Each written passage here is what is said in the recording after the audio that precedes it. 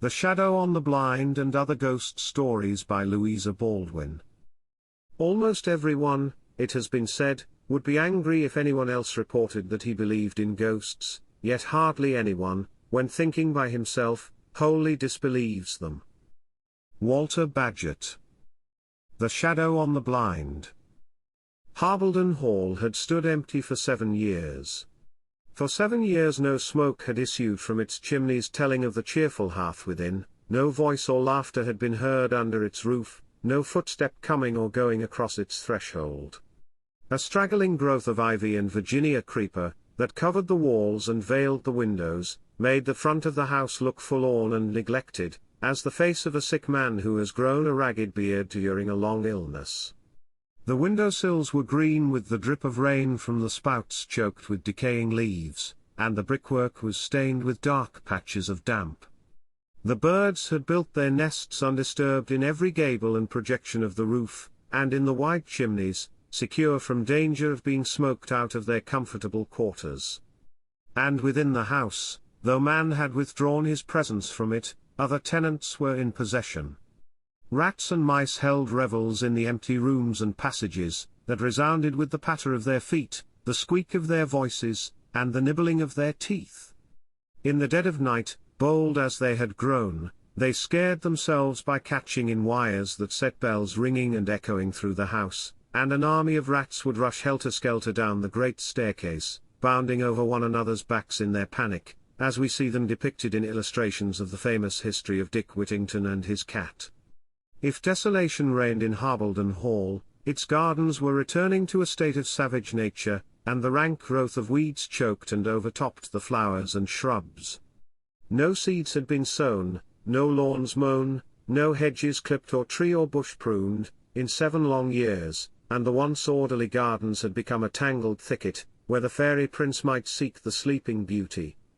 A bramble had sprung up by the sundial, and, clasping it in its thorny arms, threw its branches about it, effectually hiding it from the light of day.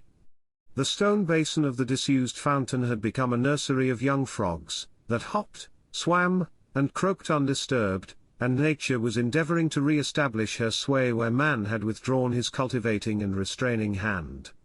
It was a radiant day in June. The hot sun poured down on the tangled overgrowth in the gardens of Harbledon Hall. The birds were in a perfect riot of song, and a southwest wind rocked them on the bough. Even the old house on such a day wore its least sombre aspect. One could imagine there had been happy household life within its walls, and it was possible to conceive that they might again resound to the laughter and voices of children at play. Some such thought as this must have entered the mind of an elderly gentleman driving in an open carriage with his wife, a pale grey-haired lady, seated beside him. Mr. Stackpole was a cheerful, energetic man of 60 years of age, of strong likes and dislikes and sudden impulses. As he caught sight of the wide front of Harbledon Hall with its red gables glowing in the sun, its confused mass of creepers almost hiding the lower stories from view, he told the coachman to draw up at the iron gates at the entrance. "This is a very picturesque house, my dear, I should like to have a look at it," he said to his wife. "It may be the kind of place we are in search of," and he alighted from the carriage as nimbly as a young man to read the notice painted on the weather-stained board fastened to the gates. For admission to view these premises, apply to Mr. Judd, sexton, by the church. Mr. Stackpole returned to the carriage and bade the coachman drive to the church, the tower of which they could see embowered among trees, apparently not more than 1/4 of a mile distant. As they drove he continued, "I like the look of the place very much. I am sure I could do something with it. I should just enjoy setting to work upon it to call order out of chaos, and in 6 months I would undertake to effect an entire transformation in the house and grounds, and make it one of the prettiest places in the neighborhood. What do you think, my dear? Hey?" The frail-looking elderly lady thus addressed made but a faint rejoinder, and her husband's sanguine enthusiasm by no means communicated itself to her. Harbledon Hall was the 6th old house Mr. Stackpole had taken a fancy to in the last 10 years, and fallen out of love with as quickly, after exercising his ingenuity in putting it in perfect order and living in it for a short time. It was his diversion, now that he had retired from business and had nothing particular to do, to hunt up old country houses, put them in thorough modern repair and working order, live in them just long enough to induce his wife to hope that he had pitched his tent finally, when the demon of unrest would break out in him once more, and he was off again on the old quest.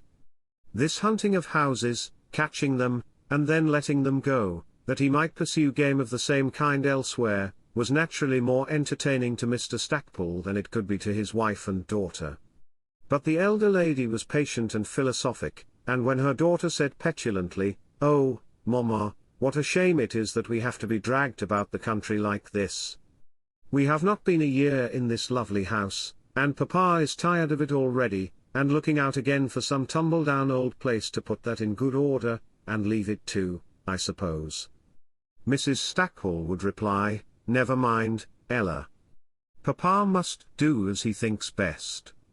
The excitement and interest he finds in frequently changing house are necessary to him now that he has done with business, and remember, my dear, he has no home occupations to pass the time as you and I have." But Ella Stackpole was now married and settled in a home of her own, and the only other child, a son, was stationed with his regiment in Malta. Therefore it was that when Mr. Stackpole became suddenly interested in the appearance of Harbledon Hall, his wife was unable to feel any enthusiasm on the subject. Their last home had been in Cornwall, where, after 6 months spent in its most westerly corner, Mr. Stackpole discovered what everyone else had always known, that he was in a decidedly rainy part of England. He could scarcely have been more astonished at the quantity of rain that fell if it had been in Egypt, and he fled to London to make that his headquarters while he looked about for an old house to suit his fancy in the drier county of Surrey.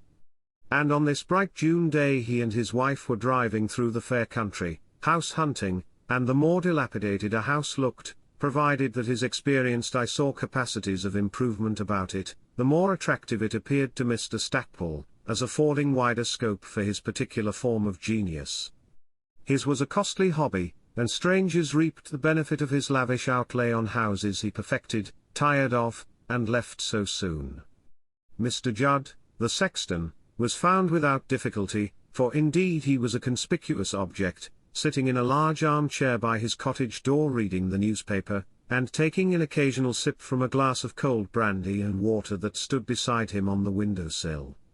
He was a person of dignity in the village, accustomed to waste his own time and that of others, but Mr. Stackpole hurried him off to the carriage as soon as he had found the keys, and compelled him to unwonted activity. "The garden be a wilderness, sir," said the old man, opening one of the great iron gates, "and it's 4 years since e'er an inquiry was made about the place. It wouldn't be to everyone's taste, you see, it'll need a considerable outlay before it is fit for habitation," said Mr. Stackpole complacently as he stooped to disentangle a briar from his wife's skirt. "Who were the last tenants, and how long did they live here?" he said, turning to the old man and asking 2 questions at once. "Sir Rowland Shaw and his family had it last, sir. They took the place on a 21 years lease, and they left uncommon sudden when it had 5 years and more to run. There was a deal of talk about what made them leave that way, and Judd opened wide the front door as he spoke, and they entered a large, lofty hall, smelling mouldy as though there were vaults below. Folks did say there was reasons more'n what they's own up to, for a large family to turn out all of a sudden, as if they was running away from the plague, and the old sexton looked mysterious, and as though he longed to be questioned on the subject. Mr. Stackpole, however, was too much interested in pacing the length of the dining room to notice any hints he might throw out. "My dear," he said to his wife, who was resting on the low window seat, "we will have the whole of this oak floor polished, and Turkish rugs laid down at intervals." "That was what we did in our house in Cumberland," said Mrs. Stackpole gently, "and if you remember you were not pleased with it when it was done. Then, turning to the old man, you were going to tell us why Sir Rowland Shaw left so suddenly." "Forbid, ma'am, as I should say definite why he left, not knowing for certain," said Mr. Judd, swelling with importance as he spoke. I never believe moral for what I hear, and puts no faith in tales, whether master's or man's. But by what I can make out, and old Jemmy Judd can see through a stone wall as fur as most folks, I should say as ghosts was at the bottom of the whole kick-up." Mrs. Stackpole smiled at the old man's mode of expressing himself, and then looked anxiously towards her husband, who laughed heartily, and they left the dining room for the upstairs regions, which he was impatient to explore. "They fled before ghosts, did they?" said Mr. Stackpole, still laughing at the idea. "If the house is supposed to be haunted, I should like it all the better for its reputation," and he swung open the door of a large, low room, with a deep projecting chimney place and wide window letting in a flood of sunshine. "This is certainly a very cheerful aspect," said his wife, stepping to the window and looking out upon the wild garden enclosed by ragged yew hedges. "There is nothing ghostly about this room, at all events." "Pooh! Ghosts indeed. Those who believe in them deserve to see them," said Mr. Stackpole contemptuously. "If we take the house, this shall be your morning room. You'll get plenty of sunshine, which is a great thing for you, and if I like the room under it I will have it done up for a business room for myself." And they wandered from cellar to attic of the big house, Mr. Stackpole delighted with the possibilities of the place, and noting in his pocket-book the dimensions of the chief rooms and of the entrance hall. "At all events I shall inquire on what terms the place is to be let," he said, after spending 2 hours in energetically inspecting the premises, and as he slipped 5 shillings into Mr. Judd's expectant palm. "By the way, I have not asked who is the landlord." "The landlord, sir, be a many and not one," and the old man named a well-known city company to which the property belonged. "I've rented from landlords, landladies, and trustees, but never yet from a company. It's all one to me, and I'll see their agent in town tomorrow." Then Mr. Stackpole took a farewell look at the room on the ground floor, immediately under the cheerful room at the head of the stairs that he has assigned to his wife's prospective use, and decided that it was exactly adapted to his requirements. After which they threaded their way back to the gates through the neglected maze of the garden. "And how do you like the look of Harbleton Hall?" he asked his wife as they drove away. "What do you think of the old place?" "I confess that it does not impress me very favourably, though it is a handsome, well-built house, and might be made very comfortable, no doubt. But it struck me with a kind of chill. So would any place, my dear, that had been shut up for 7 years.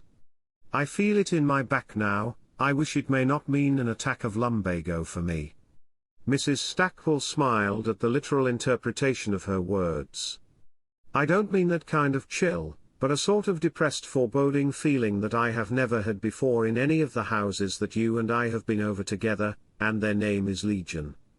"Why, Anna, you don't mean to say that the old sexton has frightened you with his silly gossip?" It was merely some nonsense or other he had made up to increase his importance. "If I take the place I shall put in an army of workmen at once, and when next you see it, with good fires drying the rooms, windows bright and clean, and painters and paperers at work upon it, it will look very different, I can assure you. Any house that has been uninhabited as long as Harbleton Hall wears a forlorn look, but for all that I see the possibilities of it, and I could make it the prettiest place we have lived in yet." And Mrs. Stackpole felt certain that her husband would take the old house. The following day, when Mr. Stackpole saw the company's agent, he was surprised at the very moderate rent asked for the house. Whether he wished to take it on lease or as a yearly tenant, the sum demanded was small enough to arouse suspicion in the most unwary. "Why do you ask such a low rent for a fine old place like that?" he asked. "It is so much out of repair from standing empty so long. I suppose the company is willing to submit to a certain loss for the sake of having it inhabited again. But with such a tempting low rent, how is it that it has not been taken long ago? There have been any number of applications for it." "Indeed. The old fellow in charge of the keys who showed me over the house yesterday said that no one had inquired about it for 4 years. A peculiar expression passed over the agent's face, but it was not one of surprise. "He said so, did he? I've had plenty of inquiries. He certainly said so. He was a talkative old man and anxious to impress us with the idea that Sir Rowland Shaw left Harbledon Hall suddenly, some considerable time before his lease was up, in consequence of an absurd notion that the house was haunted.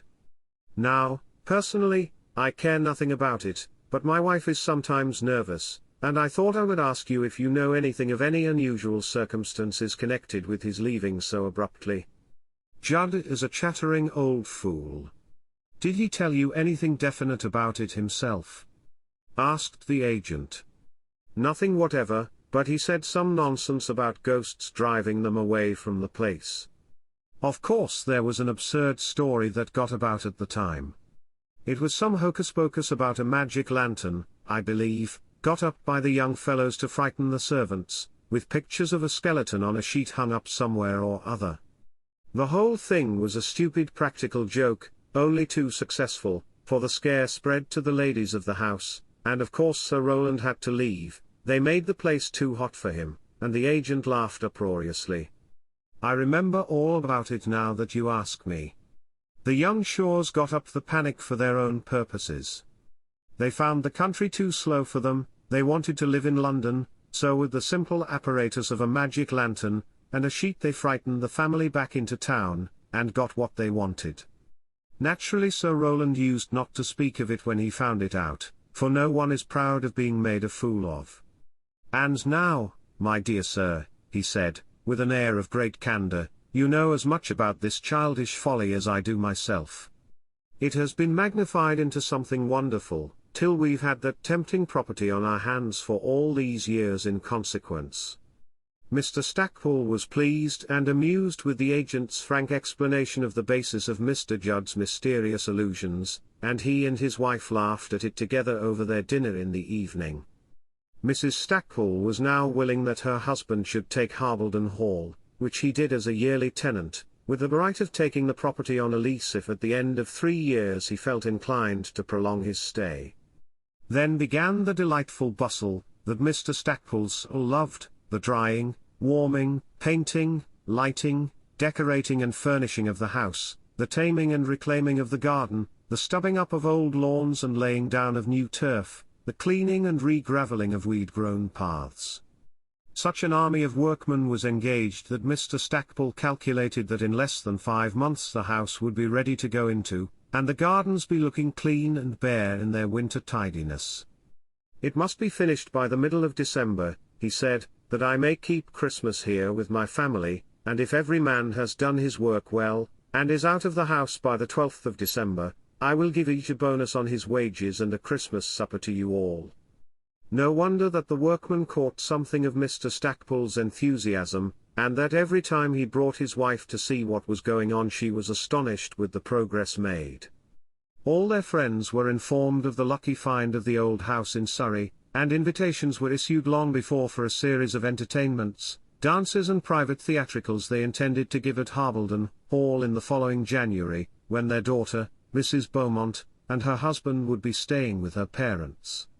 Shortly before Mr. and Mrs. Stackpole removed into Harbledon Hall they were dining out one evening, and after the ladies had left the room and the gentlemen had comfortably rearranged their chairs and were seated at their wine, Mr. Stackpole began on his favourite theme, the furnishing and repairing of the old house. As most of those present had frequently heard him on the same subject before, he was not much heeded, and prosed on without interruption till a tall, bald-headed gentleman opposite to him caught the words Harbledon Hall and at once became an attentive listener. Harbledon Hall, did you say? Do you mean the old gabled, red brick house, 3 miles from Mendleton? I hope no friend of yours is thinking of taking it. Mr. Stackpole smiled. Not exactly a friend of mine, though probably I know him better than anyone else. I have taken Harbledon Hall myself, and intend moving into it in December. The deuce you do, said the bald gentleman setting down his glass. I don't know why it should surprise you, said Mr. Stackpole. Surprise me? Certainly not. Only I thought that the house was empty and likely to remain so. Surely it has stood empty long enough, 7 years. It requires an immense deal doing to it, of course, but I took a fancy to the place, and am putting it into thorough repair, introducing the electric light among other modern improvements. In fact, I am sparing no expense. Do you know anything about Harbleton Hall? I used to do. Sir Rowland Shaw, the last tenant, is my brother, and the bald-headed gentleman spoke in a dry and uncommunicative manner. But a hint was not enough for Mr. Stackpole. Then you are the very person to tell me about an absurd story I have heard. It had something to do with a magic lantern, I believe, some kind of scare the young people got up to pretend there were bogies in the house, and frighten their parents back to town, where they preferred to live. You see, I've heard all about it, and I only want it corroborated by a member of the family, and he laughed heartily, as though it were the best joke in the world. But the gentleman opposite him grew grave to severity and said, I am unable to understand your allusion to a magic lantern performance which is supposed to have tried my brother's nerves, and absurd is the last word applicable to the circumstances under which Sir Rowland was compelled to leave Harbleton Hall. Then I must have been misinformed, replied the undaunted Mr. Stackpole, whose curiosity was now thoroughly aroused. As I am about to live in the house, will you not tell me the real circumstances, that I may be able to contradict the foolish stories that one hears? Why should it be necessary for you to contradict gossip on the subject? Sir Rowland never mentions it. It is possible that some time you may learn for yourself why my brother left the house, then I think you will be satisfied that he acted wisely, and if not, I should be sorry to prejudice you against Harbleton Hall. And the gentleman rose to join the ladies, and Mr. Stackpole remained in a state of mystification. Evidently something had happened to drive Sir Rowland Shaw and his family from Harbleton Hall, with which neither old Judd nor the agent were acquainted. What could it be? For himself, so long as it was neither rats nor drains, he did not care, but with his wife it was different. If she had an inkling that there was anything uncanny about the house, she would refuse to go into it at the 11th hour, or, if she went, would make a point of seeing a ghost the very first dark night. But she must hear no silly talk about it. Any ghosts that former inhabitants of the hall had imagined they saw was when they went about the house starting at their own shadows by the dim light of oil lamps. The electric light would put all that to rights. It was the best cure for such preposterous folly, and in its illumination Mr. Stackpole felt that he should be more than a match for all the powers of darkness. But shortly after meeting Sir Rowland Shaw's brother an odd coincidence happened that drew his attention again to the subject of their conversation.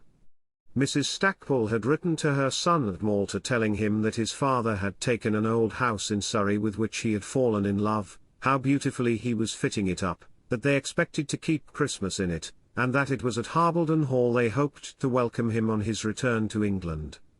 In reply Jack wrote, So my father is again on the wing. Well, this time I am glad he is taking you to a thoroughly accessible place, and not to Cornwall or Cumberland. But is the old house he has taken a fancy to not far from Mendleton? I suppose there can't be two Harbleton Halls in the same county, but it is odd if it is the house of that name that I have lately heard something about.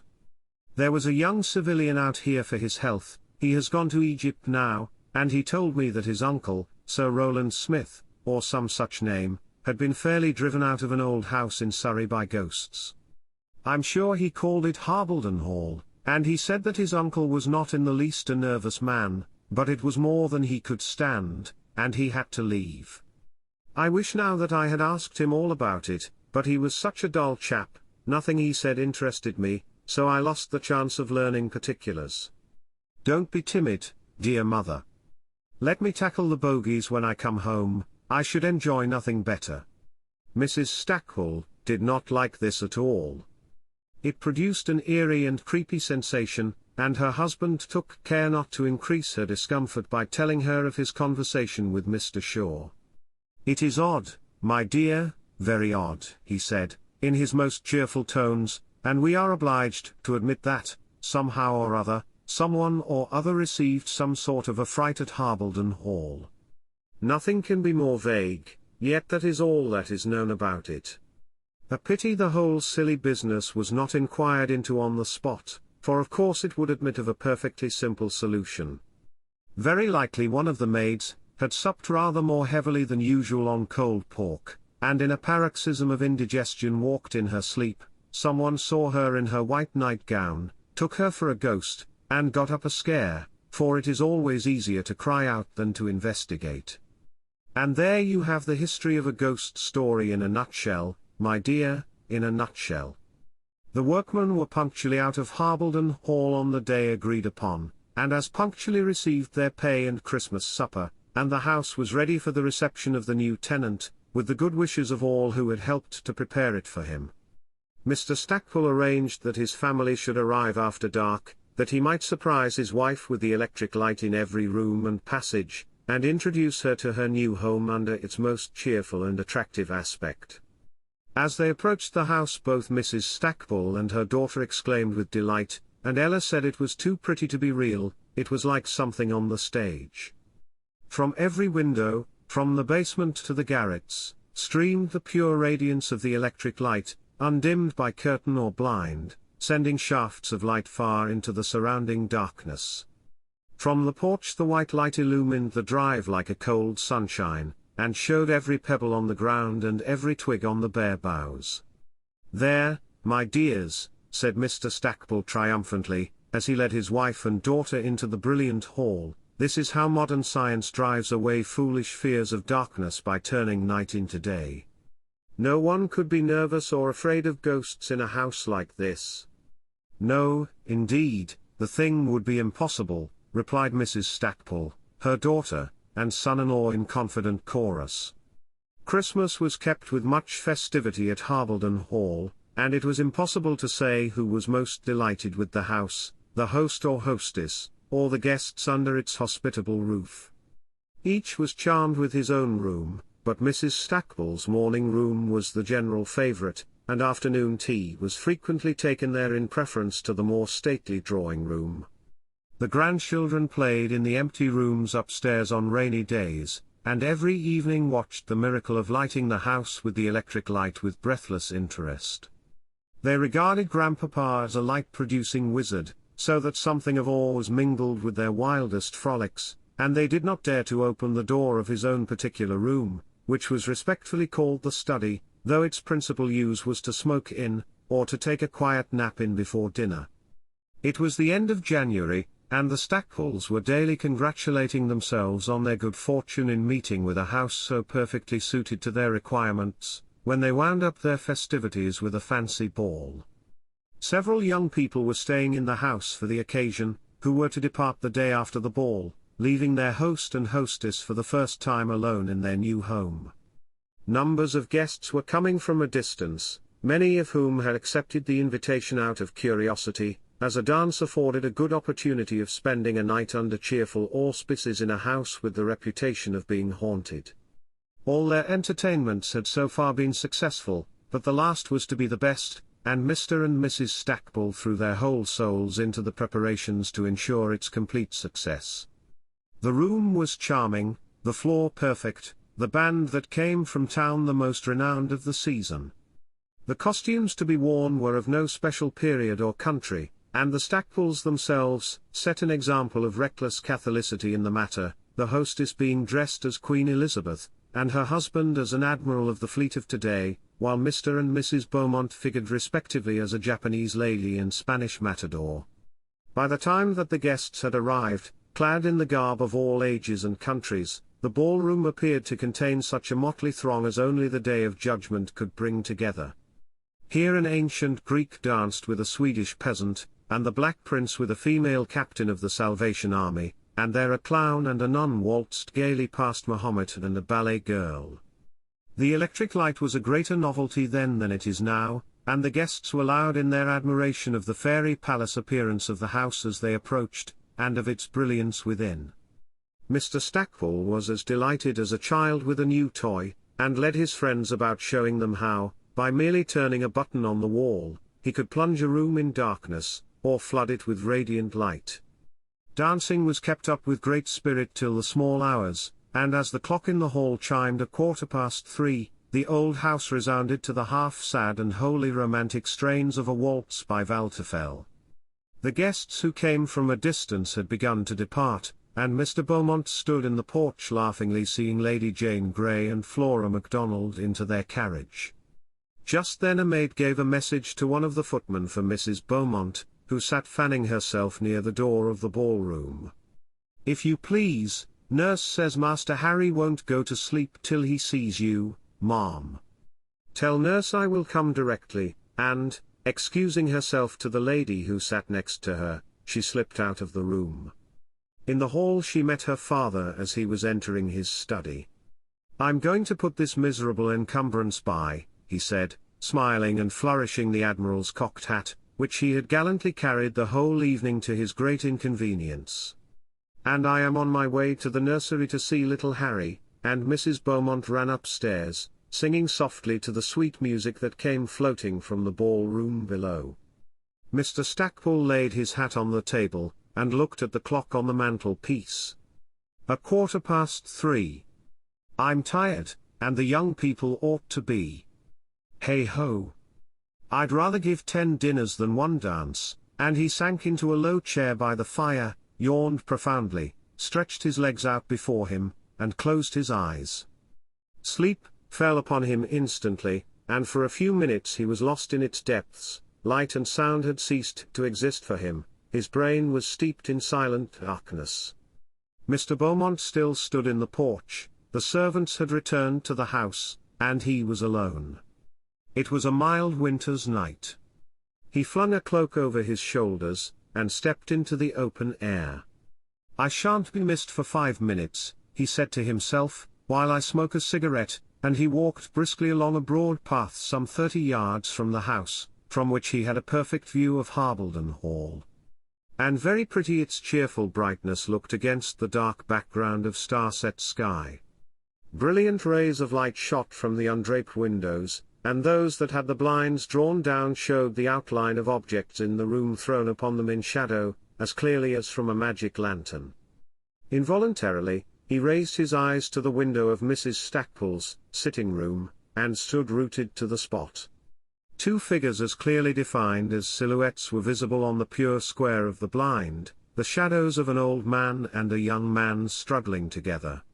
From the shape of the heads, George Beaumont saw that they wore wigs, and there was the clearly cut shadow of the ruffles at the wrists, and the younger and taller man wore a large Steinkirk with laced ends round his neck.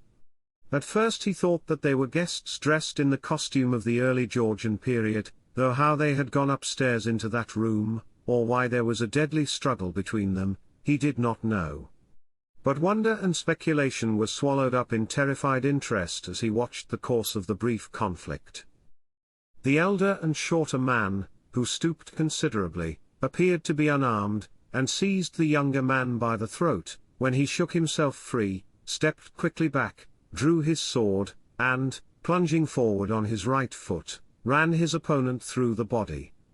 He staggered backward and fell out of sight below the level of the window, and there remained only the shadow of the younger man in clear profile on the blind. He stood for a minute looking down, and George Beaumont had time to observe the finely cut features of a total stranger. Then he wiped the blade of his sword, turned and walked away, and his shadow passed out of sight, leaving the window blind a blank, luminous square. Indoors at the same time Mr. Stackpole had been waked from his short sleep by a sound in his wife's sitting room overhead, and he sprang to his feet with every faculty concentrated in listening. A noise as of chairs pushed back and upset on the polished floor, and a scuffling of feet as though 2 men were struggling together. Then a moment of silence, a loud stamp, and a heavy fall that seemed to shake the ceiling, followed by deep groans. "Good God! What can be the matter?" cried Mr. Stackpole, and he rushed out of the room into the hall. The front door stood open, though the inner glass doors were closed, and neither his son-in-law nor any of the servants were there. He stopped to call nobody, but ran upstairs to his wife's room as his daughter came downstairs from the story above with a white and terrified face. "Oh, Papa," Someone has just frightened me so, but whoever he is in there. I saw him go into Mama's room a few minutes ago, and I'm so glad you've come, for I dare not follow him." And without asking her of whom she was speaking, Mr. Stackpole flung the door wide open and rushed into the room. No one was there? Not a chair or table displaced, and the electric light illuminating every corner of the room forbade the possibility of anyone being in hiding.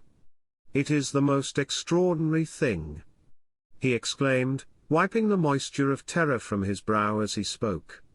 "I would not have your mother know of it for the world." "Have you seen him too?" said his daughter faintly. "Seen whom, child?" "Seen what?" "No, I've seen nothing, but I've heard enough to last me my lifetime. God forbid that I should hear it again." And he looked about the room and under the table, fairly stupefied with amazement.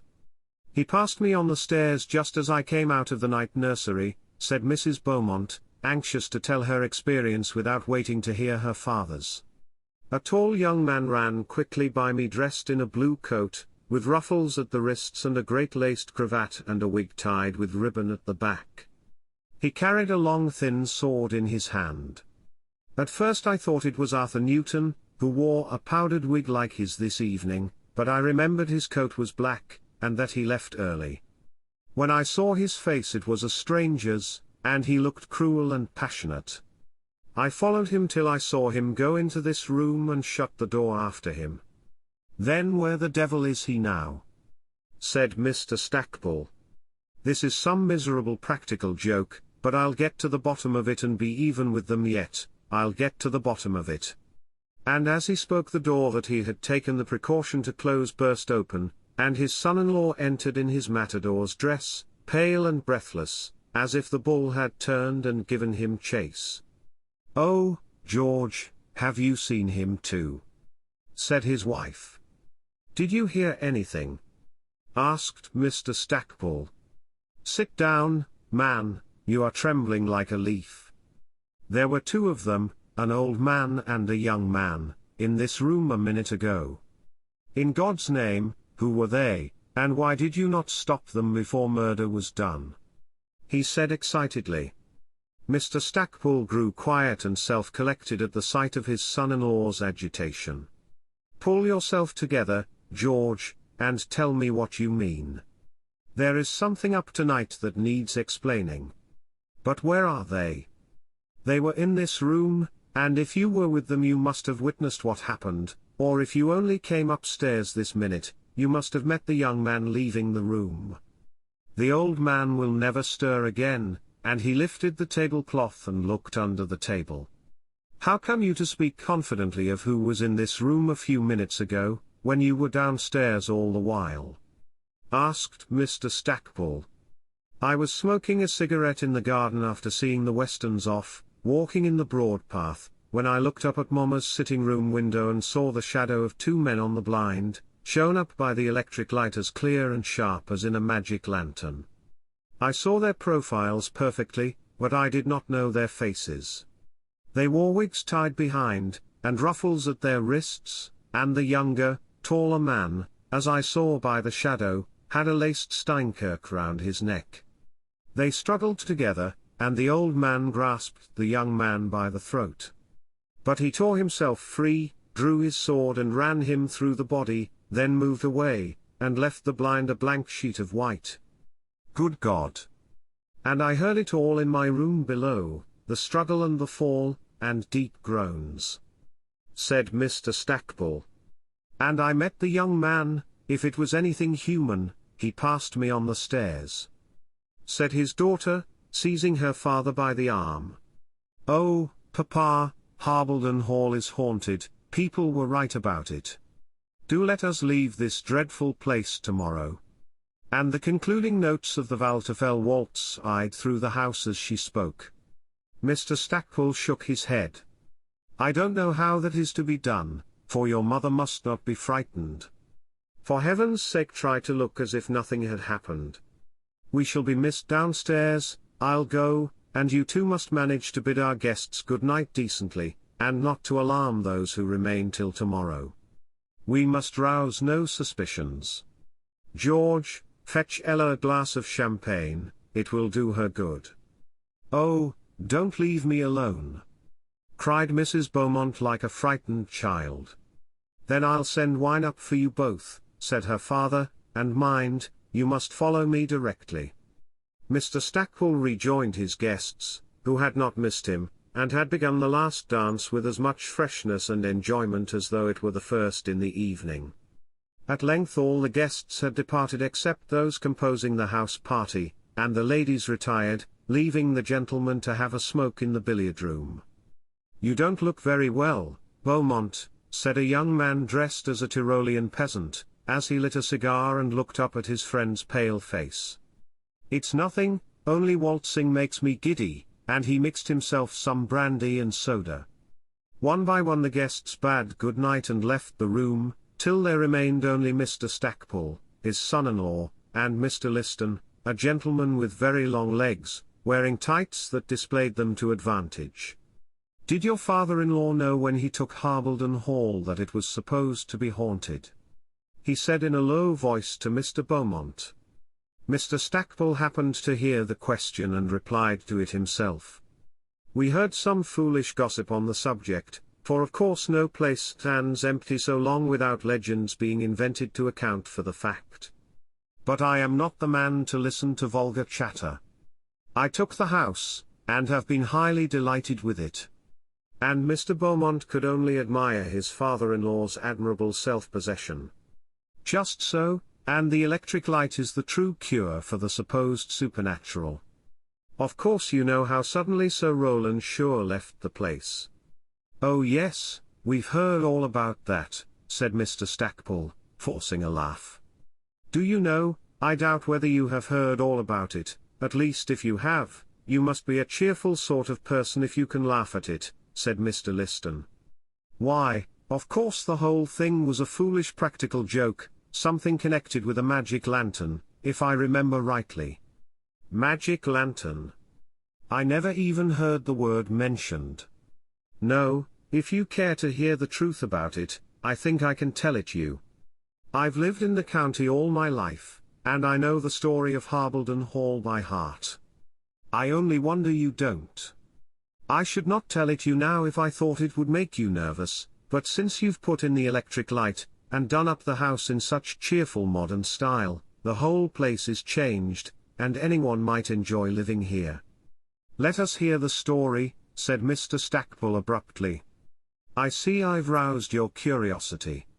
The story goes that some 150 years ago there lived in this house a certain father and son who hated one another like the devil, and it is needless to say there was a woman in the case and a fortune at stake. The old man must have been an uncommonly bad lot, and he is said to have grossly insulted the young lady his son was about to marry, having in the first instance proposed to her himself and been refused. The two men had a deadly quarrel about it in this very house, and the upshot was that the son, mad with passion, ran his father through the body, and killed him on the spot. There, I shan't say anything more about it, if it is too much for you," said Mr. Liston, struck by the blanched faces before him. Go on," said Mr. Stackpole. "Well, one winter's night, now 8 years ago, as Sir Rowland Shaw was coming home late, walking across the garden, he looked up at a window on the first floor where a light was burning, and he saw on the blind, in clear outline, the shadows of the old man and his son struggling together, and he saw the young man run his father through the body with his rapier. I cannot bear it. I cannot bear it," said George Beaumont, pale as death, and looking ready to faint. "You could but say that if you had seen the grim shadows yourself. It certainly is a horrid story, and though I can't say that I believe in ghosts myself, I can offer no explication of the details I have given you. Sir Rowland believed it, and he was a clear-headed, matter-of-fact sort of person. Other members of his family, too, saw and heard unaccountable sights and sounds that night. One of his sons who was sitting up late for his father, met the shadow of an evil-looking fellow dressed in a blue coat and wearing a powdered tie wig, hurrying along an upper passage, carrying a naked rapier in his hand.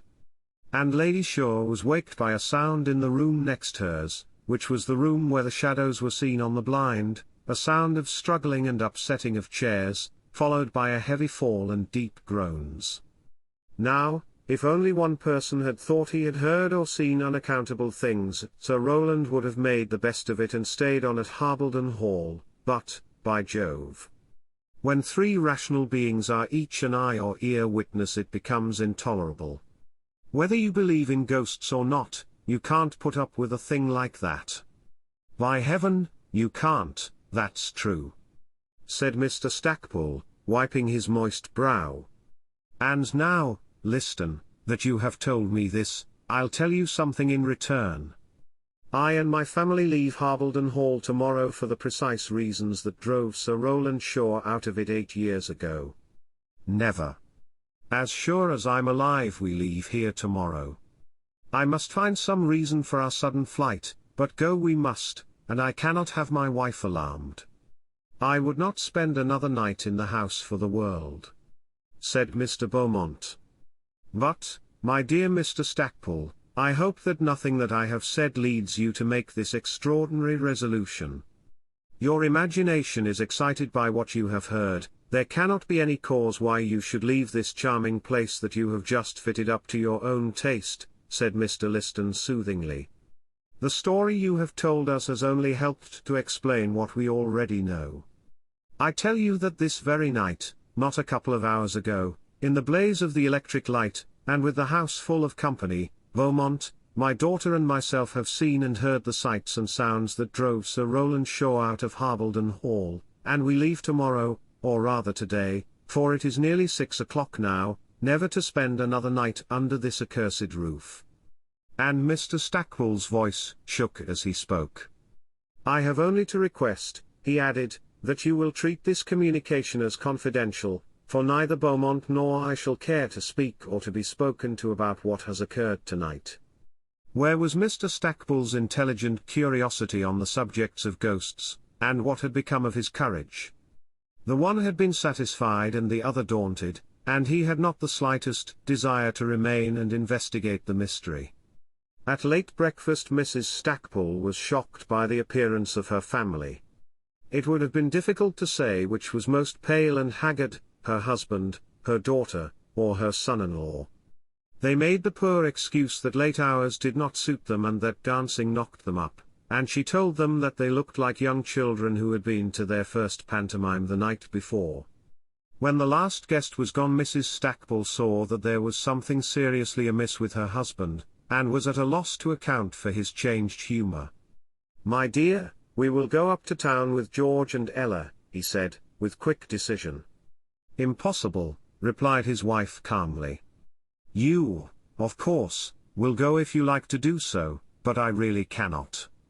"Oh, do come with us, Mamma. You know how much Papa wishes it," said her daughter. "Yes, do come with us," urged her son-in-law with unwonted ardour. "It is so long since we met," forgetting that they had spent the last month together. Mrs. Stackpole laughed. "There is evidently some deep-laid plot among you to hurry me off. Well, if you will be any the happier for my coming with you, I will do so, though it is most inconvenient to leave home in this sudden way," said the good-tempered lady. And they travelled up to London that day, never to return to Harbledon Hall. Mr. Stackpole so managed it that his wife did not know the reason for so soon quitting the most delightful house they had ever lived in. He preferred that she should attribute it to his restlessness and caprice, anything rather than that her nerves should be shaken by hearing the truth. He consulted a fashionable physician, first giving him a hint that he wished to be ordered to the south of France immediately, and the hint being taken he told his long-suffering wife that Dr. Blank had recommended him to go at once, and in 2 days they were en route for Marseille. Mrs. Stackpole was used to her husband's impulsive, angular movements, so that it did not greatly disturb her, but when a week later he said that he had decided to give up Harbledon Hall and to look for a place somewhere in the eastern counties which were as yet untrodden ground, she shed tears of present disappointment and prospective fatigue.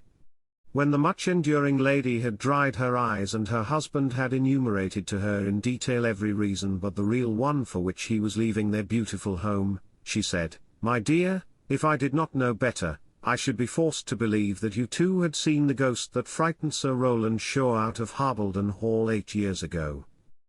How he left the hotel. I used to work the passenger lift in the Empire Hotel, that big block of building in lines of red and white brick like streaky bacon, that stands at the corner of Bath Street. I'd served my time in the army and got my discharge with good conduct stripes, and how I got the job was in this way.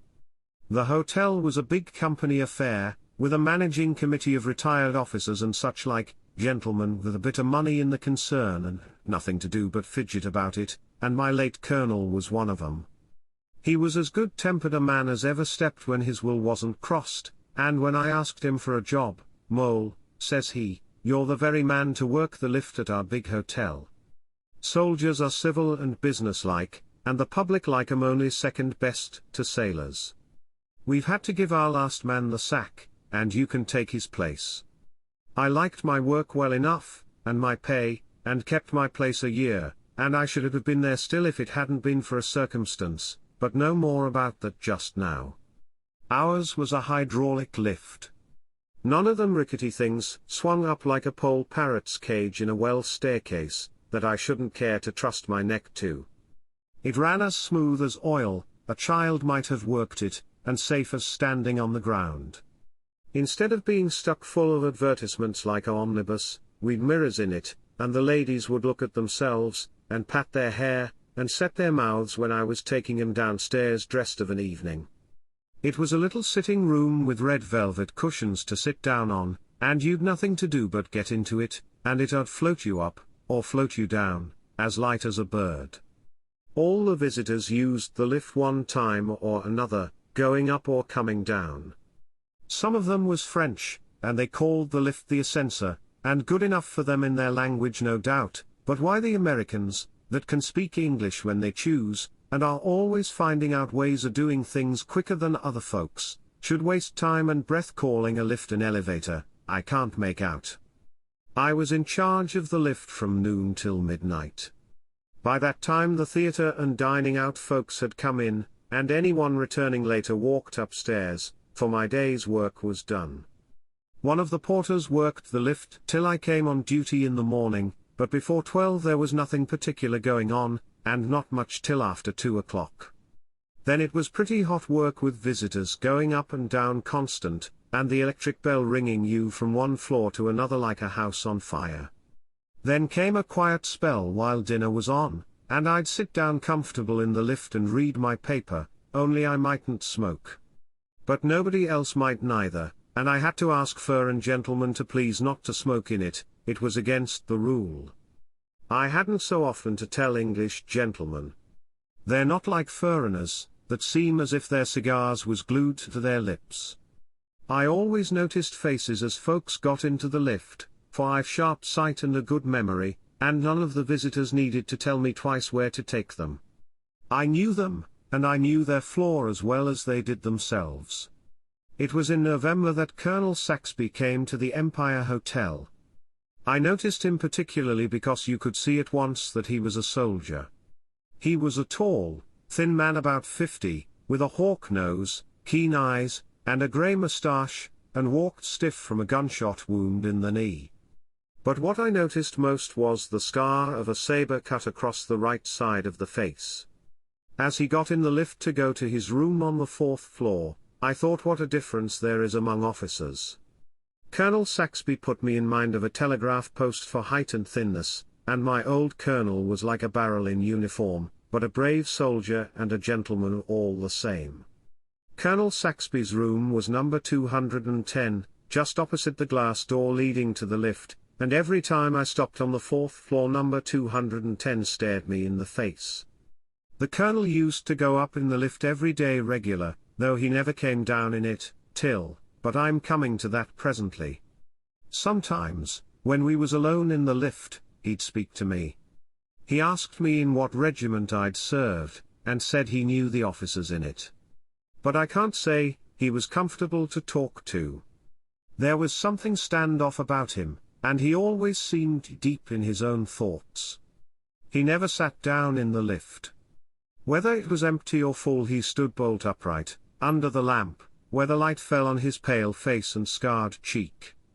One day in February I didn't take the Colonel up in the lift, and as he was regular as clockwork, I noticed it, but I supposed he'd gone away for a few days, and I thought no more about it.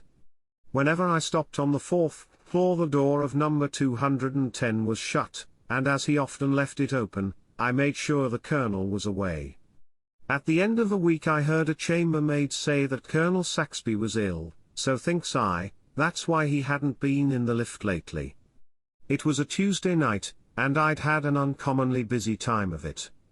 It was one stream of traffic up and down, and so it went on the whole evening. It was on the stroke of midnight, and I was about to put out the light in the lift, lock the door, and leave the key in the office for the man in the morning, when the electric bell rang out sharp. I looked at the dial, and saw I was wanted on the 4th floor.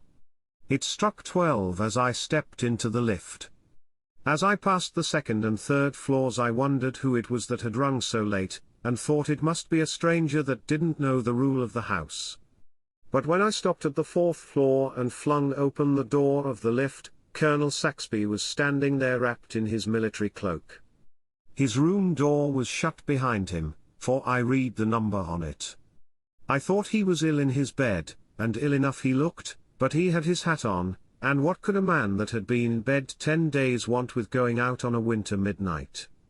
I don't think he saw me, but when I'd set the lift in motion, I looked at him standing under the lamp, with the shadow of his hat hiding his eyes, and the light full on the lower part of his face that was deadly pale, the scar on his cheek showing still paler. "Glad to see you're better, sir," but he said nothing, and I didn't like to look at him again. He stood like a statue with his cloak about him, and I was downright glad when I opened the door for him to step out in the hall. I saluted as he got out, and he went past me towards the door. "The Colonel wants to go out," I said to the porter, who stood staring. He opened the front door and Colonel Saxby walked out into the snow. "That's a queer go," said the porter. "It is," said I. "I don't like the Colonel's looks, he doesn't seem himself at all. He's ill enough to be in his bed, and there he is, gone out on a night like this. Anyhow he's got a famous cloak to keep him warm. I say, supposing he's gone to a fancy ball and got that cloak on to hide his dress," said the porter, laughing uneasily. For we both felt queerer than we cared to say, and as we spoke there came a loud ring at the door bell. "No more passengers for me," I said, and I was really putting the light out this time, when Joe opened the door and 2 gentlemen entered that I knew at a glance were doctors. One was tall and the other short and stout, and they both came to the lift.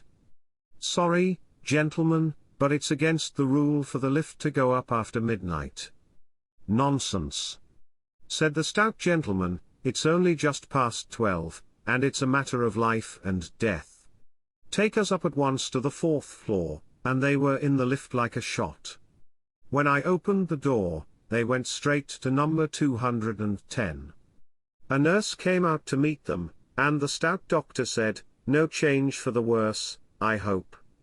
And I heard her reply, "The patient died 5 minutes ago, sir." Though I'd no business to speak, that was more than I could stand. I followed the doctors to the door and said, "There's some mistake here, gentlemen, I took the Colonel down in the lift, since the clock struck 12, and he went out."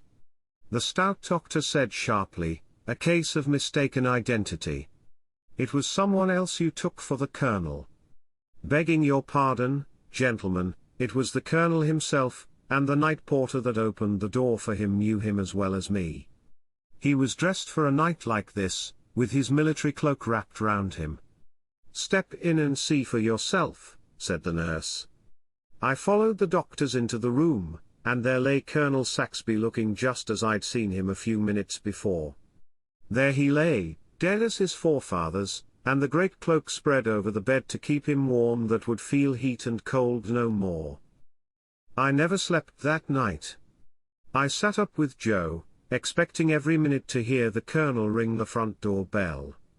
Next day, every time the bell for the lift rang sharp and sudden, the sweat broke out on me and I shook again. I felt as bad as I did the first time I was in action. Me and Joe told the manager all about it, and he said we'd been dreaming, but, said he, mind you, don't you talk about it, or the house'll be empty in a week. The Colonel's coffin was smuggled into the house the next night. Me and the manager, and the undertaker's men, took it up in the lift, and it lay right across it, and not an inch to spare. They carried it into number 210, and while I waited for them to come out again, a queer feeling came over me. Then the door opened softly, and 6 men carried out the long coffin straight across the passage, and set it down with its foot towards the door of the lift, and the manager looked round for me. "I can't do it, sir," I said. "I can't take the Colonel down again. I took him down at midnight yesterday, and that was enough for me." "Push it in," said the manager, speaking short and sharp, and they ran the coffin into the lift without a sound. The manager got in last, and before he closed the door he said, "Mole, you've worked this lift for the last time, it strikes me." And I had, for I wouldn't have stayed on at the Empire Hotel after what had happened, not if they'd doubled my wages, and me and the night porter left together. The Weird of the Walfords. On a summer's day in the year 1860, I, Humphrey Walford, did a deed for which I should have been disinherited by my father and disowned by my ancestors. I laid sacrilegious hands on the old carved oak 4-post family bedstead and destroyed it. Alone I could not have accomplished the work of destruction. The massive posts, canopy, and panels would have resisted my single efforts, but I compelled 2 reluctant men to lend me their aid, and by the help of saws and hatchets we reduced the whole structure to billets of wood such as one might kindle a cheerful flame within the parlour grate on a damp summer evening. It was a bed with a history to me so unspeakably melancholy that I had resolved when I was my own master I would destroy the gloomy structure, and rid me of the nightmare-like feeling with which the sight of it never failed to inspire me. The bed itself was upwards of 300 years old, carved in oak grown on our land, while the heavy dark green hangings, faded and musty smelling, dated only from the time of my great-grandfather Walford. I have the dimensions of the huge hearse-like thing by heart. It was 10 feet long by 8 feet wide, and 10 feet high, and when as a small child I was brought to see my young mother die in the recesses of the vast bed, I looked up at its tall posts with something of the awe with which I should now regard the loftiest tree. For 3 centuries this bed had been the cradle and grave of our family. Its heavy drapery had deadened the sound of the first cry and the last groan of the generations of Walfords who had been born or died in Walford Grange. In its solemn depths the newly wedded brides of the family lay the first few nights in their new home, till the wedding festivities were ended, and the squire and his wife began their everyday married life by occupying a less stately but more comfortable bed.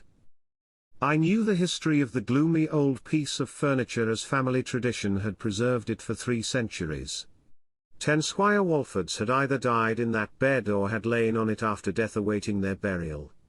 I was the 11th squire dating from the epoch of the bed, and I would neither die in it nor be laid upon it after my death.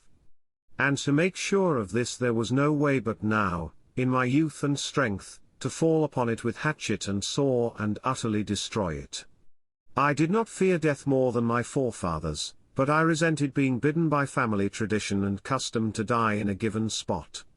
I rebelled at having a definite place assigned to me to lie down in and die, a place so fraught with dismal associations as the ancient, hearse-like bed. I could not endure to think that, wander wide as I would, I must return to this bed of death at last and here, among stifling pillows and heavy curtains, end my life precisely where it began. Must this ghastly horror of my childhood be the goal towards which I tend? When I am sailing on mid-ocean, the ship ploughing her way through the furrows of the sea, shall I only be speeding, sooner or later, towards this dismal bed? When I climb mountains and breathe the keen air of the heights, is it but to end in the exclusion of light and air? Must every step I take, every journey I make, be but a stage on the road that ends in the stifling pillows of this bed of death? No, 1,000 times no, and I brought my axe down on the footboard with a crash. How vividly both the dead and living who had occupied this ancient bed rose before my mind's eye. Here had lain Ralph Walford, killed in the civil wars, fighting for the king, and his wounded body was brought home and stretched on what had been his bridal bed to await his burial. And here died Squire Ralph's young widow, who, a short time after her husband's sad homecoming, gave birth to his posthumous child, and never again left this ill-omened bed till they carried her out feet foremost.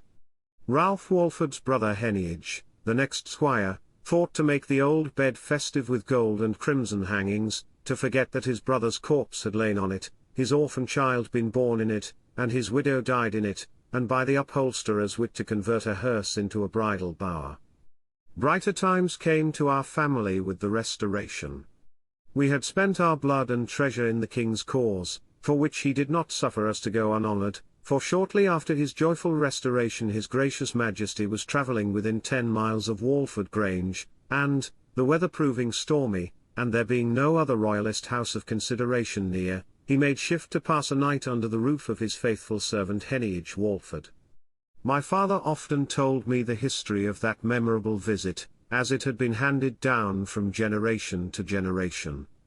How gracious and witty was the king's majesty, how merry and light-hearted, as little troubled by the murder of his royal father and the heavy misfortunes of his house as by the brave lives lost and families impoverished in his cause. Squire Heneage was as loyal a man as ever drew sword for the king, yet he was heard to say that it was a cursed day for him, when his gracious majesty honoured him by being his guest, for it turned his wife Mistress Johanna's head, and she was never again the woman she had been. She grumbled and bemoaned herself that the king had not knighted her husband, so that she might have ruffled it a step above the squirearchy. But one abiding comfort remained with her from the royal visit. And this was that both at coming and going the king had saluted her, and she ever after prettily described the royal manner of kissing, which she affirmed to differ from that practised by ordinary men. Mistress Johanna's serving woman, and Grimshaw, said that the king had saluted her too, but this her mistress would not hear of, and when she appealed to Squire Heneage he set the vexed question at rest by giving his opinion that, judging it as a matter of probability, it was more likely that a vain woman should lie, than that his sacred majesty should kiss an Grimshaw, who had a foul face of her own. If I have somewhat enlarged on the fact of the king's visit to Walford Grange, it is not so much on account of any tokens of his royal favour that he was pleased to bestow on my ancestors, as because he lay in the best chamber, in the great oak bed with its brave new hangings. But the king was tormented by terrible dreams, and woke in the morning haggard and weary, as though he had been ridden by witches. And that I attributed to a malign influence in the hearse-like bed itself, and with that I crashed into it afresh.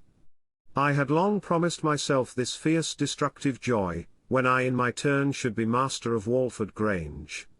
My father had died in this bed 3 years ago, and I had been travelling in the south of Europe ever since, urged partly by the restless curiosity of youth, and partly by the belief that no Squire Walford had ever crossed the seas before.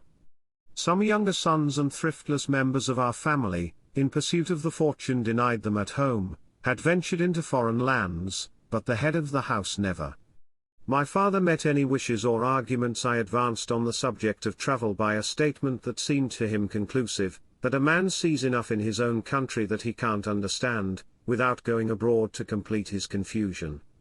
But now on my return home I hastened to carry out my design on the hated ancestral bed. What consternation prevailed in the house when it was understood what I was about, and when I and Gillam the carpenter and his man, having stripped the great bed of its drapery, proceeded to take to pieces the panels of the carved oak canopy. Mrs. Barrett, the old housekeeper, stood wiping her honest eyes and bewailing my impiety. "Don't 'ee do it, squire, don't 'ee do it. You may come to know the want of a good feather bed to die in yet. Such a bed as it's been for lyings in and layings out, and I'd hoped to ha' seen you laid in it, like your poor father before you." What Mrs. Barrett's expectation of life may have been I know not, but she was 65, and I 24 years of age. My good Barrett, I have determined that this bed shall utterly perish. We will not contribute one more corpse to its greedy maw. But if it be its feathers that you bewail, you are welcome to its pillows to line your nest with, but the bed itself must perish. What, squire, the bed that your great-uncle Geoffrey was found dead in, when he'd gone upstairs overnight as well and as hearty as ever man was, and making his ungodly jokes, the Lord forgive him. The very bed as your grandfather lay in 2 whole years before he died, and all the house heard his groans, and where your Aunt Hester was laid with the water drip, drip, from every limb, just as they brought her in drowned from the brook. Yes, my good Barrett, because of these very things the bed must perish. Then Gillam began, as he took off his paper cap and wiped his brow. If it's as the bed don't seem natural like to sleep in after so many o' your kin has laid stiff and stark in it, won't you sell it, squire, to them as knows nothing of its ways? That there panel with the buried ivy on it is a deal too pretty a bit of carving to make firewood on. No, Gillam, I shall not sell it. The man who would take money for the bed his ancestors died in, would sell their bones to make knife handles of. Besides, the bed has existed long enough, it has served my family to die in for 10 generations. It's my own property, Gillam, mayn't I do what I will with my own? Surely, squire, there's no law to hinder a man making any fool of hisself as he pleases wi' what's his own. But I sides with the chap as made the bedstead, and I shouldn't like to think as in a matter of 200 or 300 years a bit of my work 'ud be chopped up for firing. Be under no uneasiness, Gillam, you and I do not live in an age that produces lasting work. Our glue and tintack carpentry is not done with a view to posterity. Well, squire, continued Gillam, returning to his first idea, if you won't sell the bedstead whole nor piecemeal, you might give me them panels with the carved ivy on 'em. I could find you some bits o' wood as I'd burn brighter and better. I don't mind giving you the old ivy carving, Gillam, I said, but only on condition that I shall never see anything more of it, in any shape or form. That's easy promised, sir, and thank you kindly. I'll make it up into something as'll surprise itself. Having weakly consented to his request, I saw him lay aside 2 or 3 beautiful panels, richly carved with branches of buried ivy, as salvage from the general wreck. If the gloomy horrors of the old bed had not eaten into my very heart, I could never have lent a hand at such a work of destruction. I should at least have saved the footboard with its carving in high relief of Adam and Eve under the tree, a man-headed serpent twining round the trunk, and the branches bending beneath their load of fruit. But I could not look at it without thinking of the dying eyes that had fixed their fading gaze on it, so my axe and saw made havoc of a work of art. When the floor was littered over with billets of wood, and the men were wiping their hot faces, I felt a strange lightness of heart, a comfortable sense of work postponed at length happily accomplished. Gillam, I said, there was timber enough in that huge thing to build a man-of-war, drapery to make her sails, and rope enough for all her rigging. There was a most, and, hastily throwing his tools into his basket, he added, sarcastically I thought, there'll be nothing else I can help you to pull down or to smash up, squire. I soon found that my destructive toil had benefited me in more ways than one. Not only had it freed me from an intolerable oppression of spirit, but it had established for me in the neighborhood a reputation for eccentricity, which I maintained afterwards at the smallest cost, and found of great service. The carrying out of my long-cherished purpose was regarded as evidence of a wild and lawless disposition, bordering on mental derangement. Night after night at the alehouse Gillam recounted to a breathless audience the story of the scene of destruction at which he had assisted professionally. And it grew in the telling till, without the slightest intention of lying, he added that the squire's rage against the old place was such, that he had been obliged to menace him with the screwdriver to keep him from tearing down the mantel-shelf and wainscot.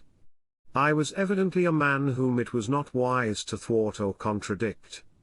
My servants flew at my least word with an alacrity I had not before observed. My bidding was promptly done, my orders were not disputed, and whatever I said was agreed to with servility. While enjoying the sweets of mental health, as my neighbors voted me on such insufficient grounds on the borderland of insanity, I availed myself of the liberty it gave me to speak and act as I chose. Their hasty judgment had made me free of the wide domain of conduct.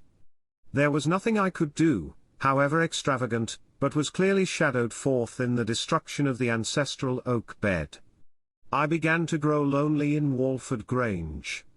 My good Barrett died suddenly, and in my solitude I wanted someone to sit and talk with me in the long evenings, for even the bright wood fire flickering on the hearth could not satisfy all my desires for cheerful companionship.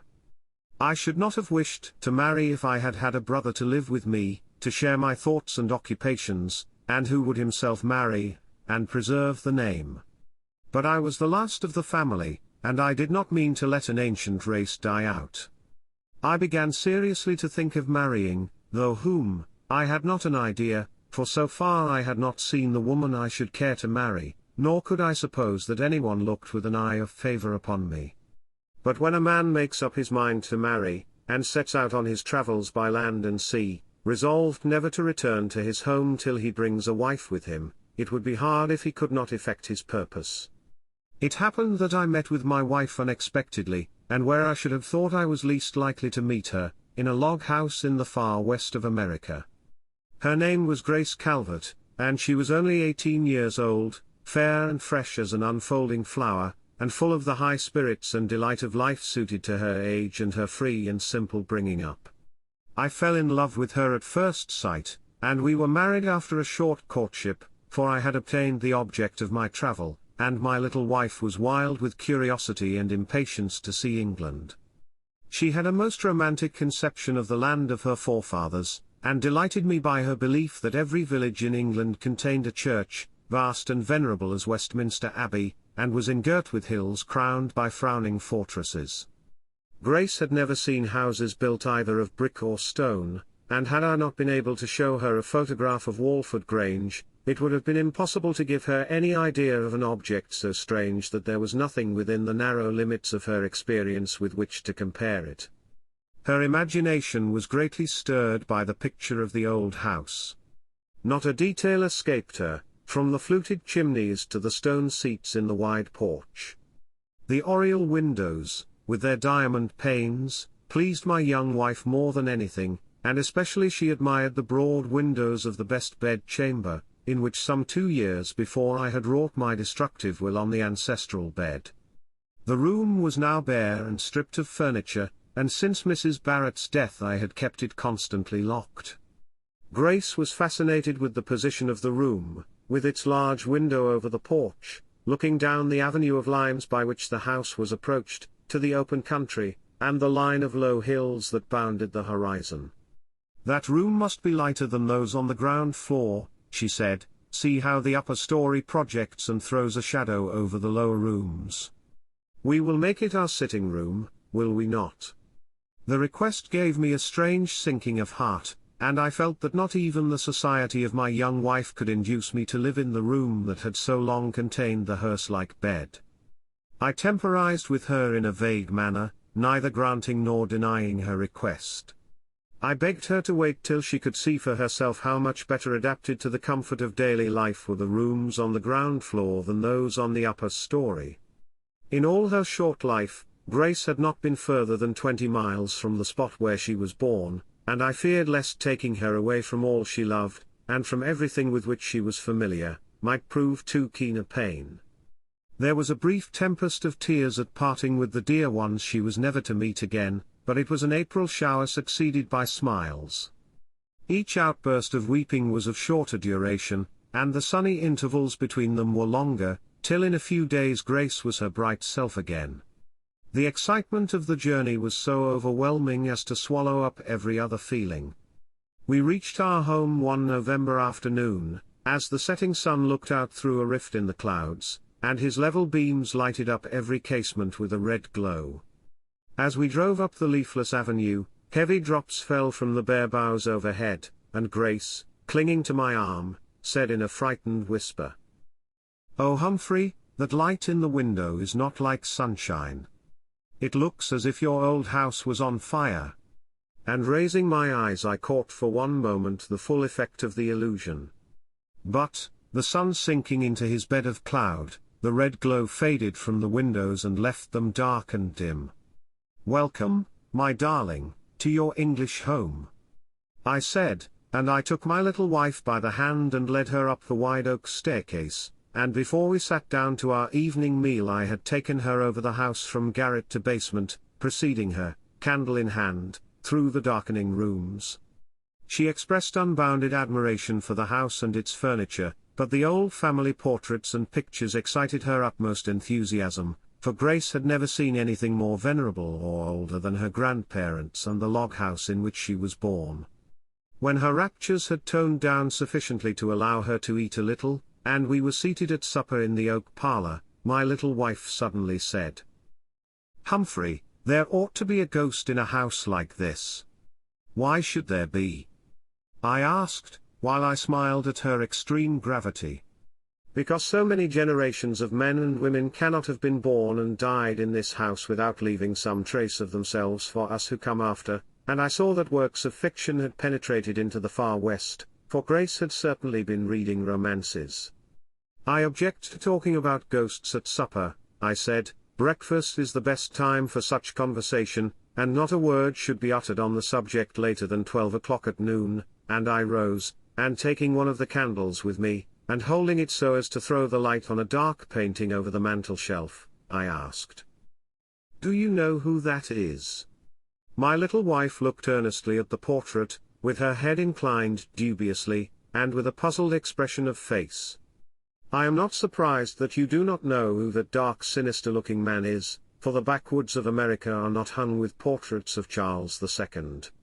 "Yes, that is King Charles, and the melancholy cast of his features must be merely an inherited expression, certainly nothing in his nature answered to it, for he passed through grief and tragedy with a light heart.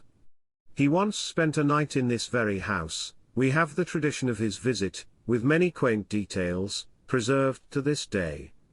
"Oh, how wonderful to think of it!" said Grace eagerly. "And would the king sup in this very room where you and I are now?" "Yes, in this very room, and would you like to know what he had for supper?" "No, that is not the kind of thing that makes me curious. I want to know how the king looked, how he was dressed, and in which of those solemn-looking old bedrooms upstairs he slept." "No doubt you still have the bed the king slept in." "No," I replied with decision, "that I am sure we have not." "Then tomorrow, Humphrey, you will show me the room the king slept in, and the bed I can imagine for myself." The bed she could imagine for herself. My little wife did not know what she was talking about. The next day the event occurred which might have been expected. I was walking in the garden, when Grace came to me, and slipping her hand through my arm, drew me towards the porch. "You see that large window," she said, pointing towards it as she spoke, "that is the one I admired so much in the picture of the house. I have looked out of every window but that, and I fancy the room must be locked, for I cannot open it, so I have fetched you to unlock it for me." I walked in silence by her side while she led me into the house and upstairs to the door of the hated room, talking with so much animation herself that she did not notice that I had not spoken a word. "This is the room," she said gaily, and she turned the latch of the door to and fro, saying as she did so, "You see it is locked." "I know it is," I said sullenly. "Then fetch the key and open it," and Grace gave the door handle a little impetuous shake. "My dearest, don't ask me again to open that door, for I shall not do it." "Not do what I ask you to do? How cruel of you!" And her eyes filled with tears. I knew that my young wife thought me brutal, but I could only say, "Anything else in my power I will do for you, only this one thing, this one little thing, I beg you will not ask me to do." "If you admit that it is such a very small thing, there can be no reason why you should refuse to grant me such a trivial request," persisted Grace. "When I ask you simply to unlock a door in your own house, and you refuse to do it, I can only think that you do not love me, or else that there is some horrid mystery about the room that you wish to keep hidden from me," and she wiped away a hasty tear, that proceeded rather from indignation than from grief. "My dear Grace, do not let us be tragic about nothing. There is no secret connected with this room that I have ever heard of, and I love you so much that I cannot bear to see you troubling yourself with absurd imaginations. The fact is this. I have a feeling, call it superstition, what you will, but I have a feeling that would make it very painful to me to open this door and take you into the room. And what pleasure could there be in seeing a bare, unfurnished room, precisely like any other empty room? But I should set about furnishing it at once. Let us come away," I said, gently removing her dear obstinate hand from the lock. "I repeat, I have a feeling about that room that would prevent my ever being happy in it, and," I added lightly, "don't let my Eve spoil our paradise by longing after the forbidden fruit." But Grace said quickly, "It was not Adam who forbade Eve to eat of the fruit. If it had been, I can't see that there would have been any great harm in disobeying him." And we said no more about the locked door, but a cloud had come between us, and the unalloyed sweetness of our first happiness was lost. One day, a few weeks after this folly, when I was beginning to hope that my little wife had forgotten her curiosity, I saw from her constrained and uneasy manner that something had happened to disturb her. "My dear Grace, you certainly are not happy this morning, will you not tell me what ails you?" I asked. Her voice trembled and her face flushed as she replied. "Humphrey, I did not think you could tell me an untruth." "My child, what do you mean? We are playing at cross purposes. Be so good as to explain your meaning, that we may not misunderstand each other for a moment. You told me that the big bedroom you keep locked was empty." "So it is," I said, growing impatient at this childish scene, "but what is the untruth I have told you?" "Why, the room is not empty. I can prove what I say. The room not empty. Nonsense. I keep the key, and none but myself has entered it these 2 years. How can you persist in such an untruth, Humphrey? I am not ashamed to confess that I looked through the keyhole. I wonder I did not do it before, and I saw in the middle of the room, between the door and the window, an enormous old bed. I could only see the 2 foot posts, but they went up to the ceiling, and the footboard was high and richly carved, and the curtains a gloomy, dark green. So you have deceived me about the room, and I am afraid there is some secret connected with it that you dare not tell me. What ails you, Humphrey?"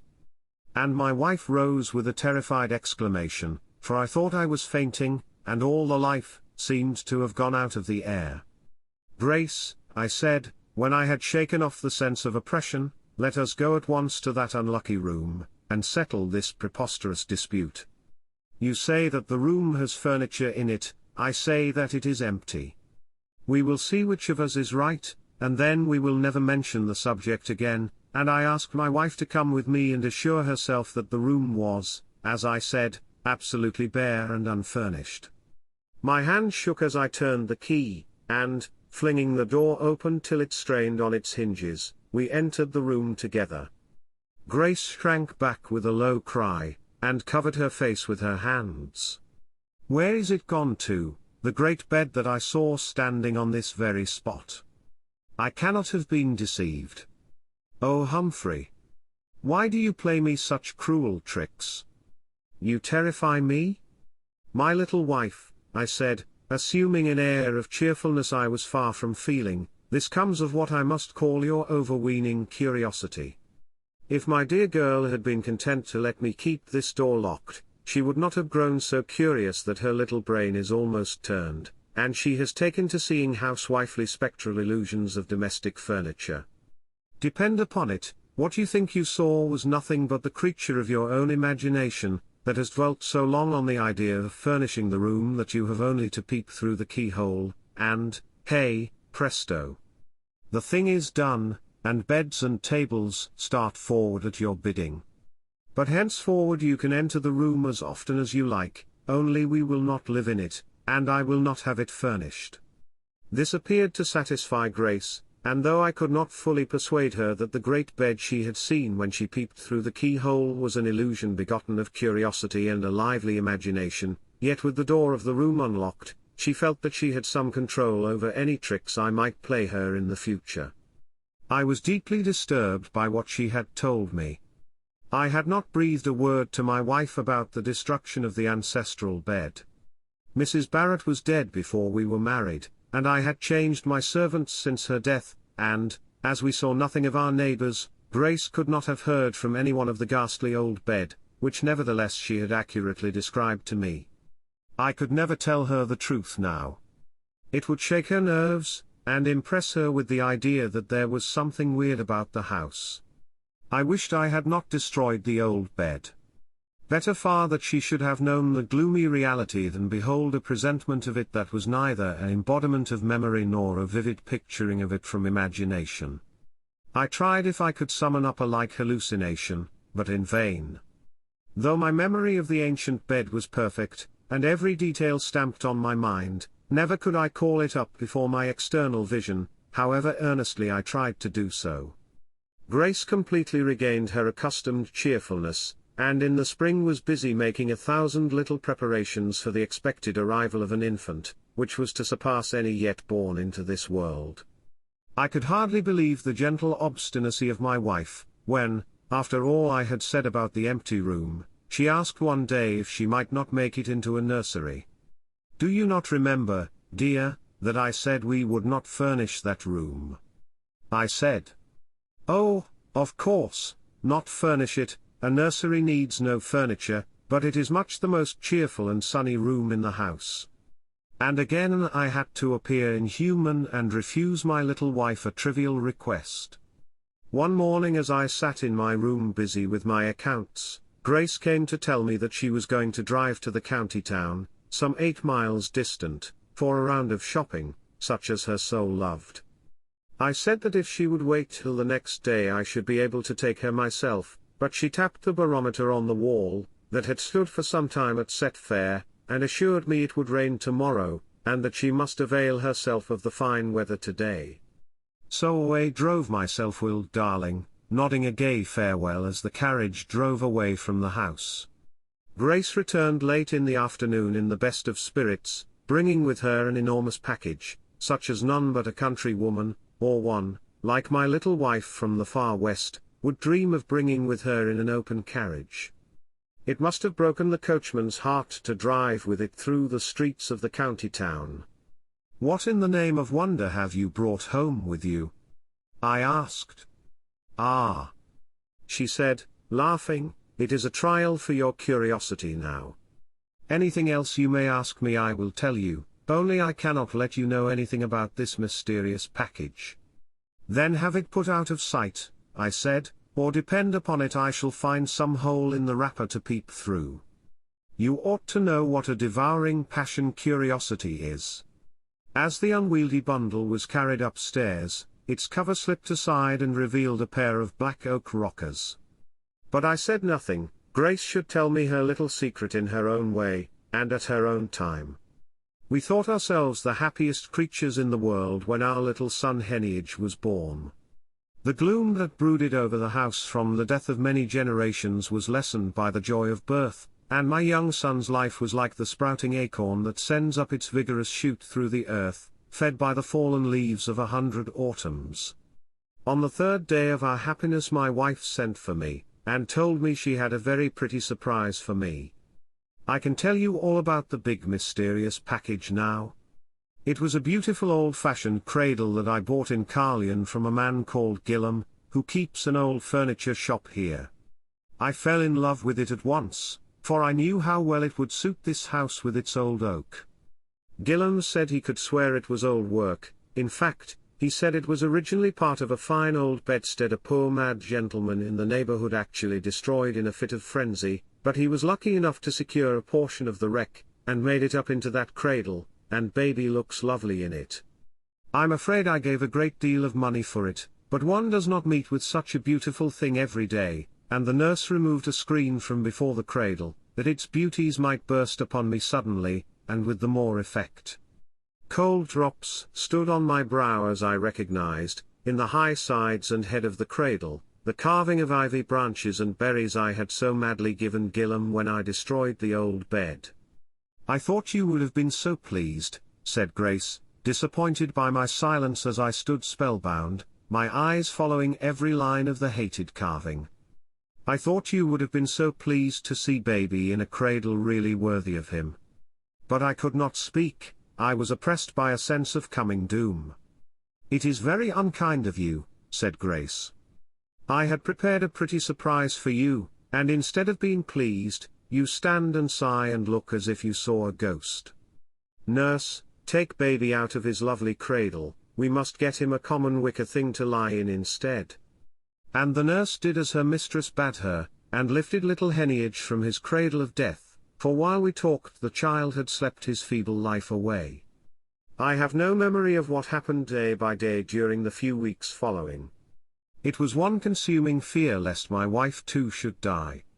6 weeks after our child's death I carried her downstairs, and this was the only progress made towards recovery. She remained at the same stage of convalescence, made wayward by grief, with shattered nerves, and so weak in mind and body that I dared not thwart her in anything. As the dim, sunless days of autumn drew on, my little wife said to me as though we had never spoken on the subject before, "I want the big empty room furnished for my sitting room, Humphrey. I shall have a little sunshine there sometimes to cheer me in your dismal English winter, and it will amuse me to furnish it." As I looked at her white wistful face, I felt that nothing mattered to me now, and I said, "Do exactly as you like, dear, in everything," and she was too listless to thank me. But the work of transforming the sombre room into a bright boudoir proceeded rapidly, for Grace said with a shudder, "I will have no more old oak furniture." My little wife always went to extremes, and now, in her antipathy to old oak, she filled the room with tawdry chips of furniture, chairs made of gilded matchsticks tied together with ribbons, that must sink into feeble ruins if a cat so much as jumped on them. I entered into all her little fancies, and feigned excessive admiration of each fresh idea she had on the subject of decoration. I did her bidding, even to placing her couch on the very spot where the hated bed had stood. Thus was my resistance broken down, and I, who 3 years ago had tried by sheer physical force to thwart destiny, was now unconsciously working to bring about its fulfillment. It did not tarry long.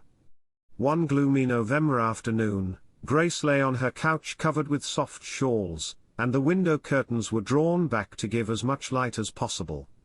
The glow of the setting sun illuminated the room, and lent a more living hue to the grey pallor of her face. "How like the day when I first came to Walford Grange," she said, "the sun is setting with the same fiery light. Do go into the garden, Humphrey, and see if the windows are aglow with red light as they were then." And I left her to do as she asked me. Seen from the garden, the house looked precisely as it had done on the day of our homecoming. From garret to basement every window glowed red in the light of the setting sun, as though from fire within. Everything that my eyes rested on was as it had been a year ago. Grace and I only were changed in ourselves and changed to each other. I felt impatient of the changeless aspect of nature and of inanimate things around me, and I entered the house, now dark in contrast with the twilight without, and returned to my wife's room with a heavy heart. "The house looks as it did when you first saw it," I said. Till the sun sank behind the hill, the windows were lighted up with the same strange effect of fire that you noticed a year ago, and I threw a fresh log on the embers as I spoke, sending a bright train of sparks up the wide chimney. "Shall I light the candles?"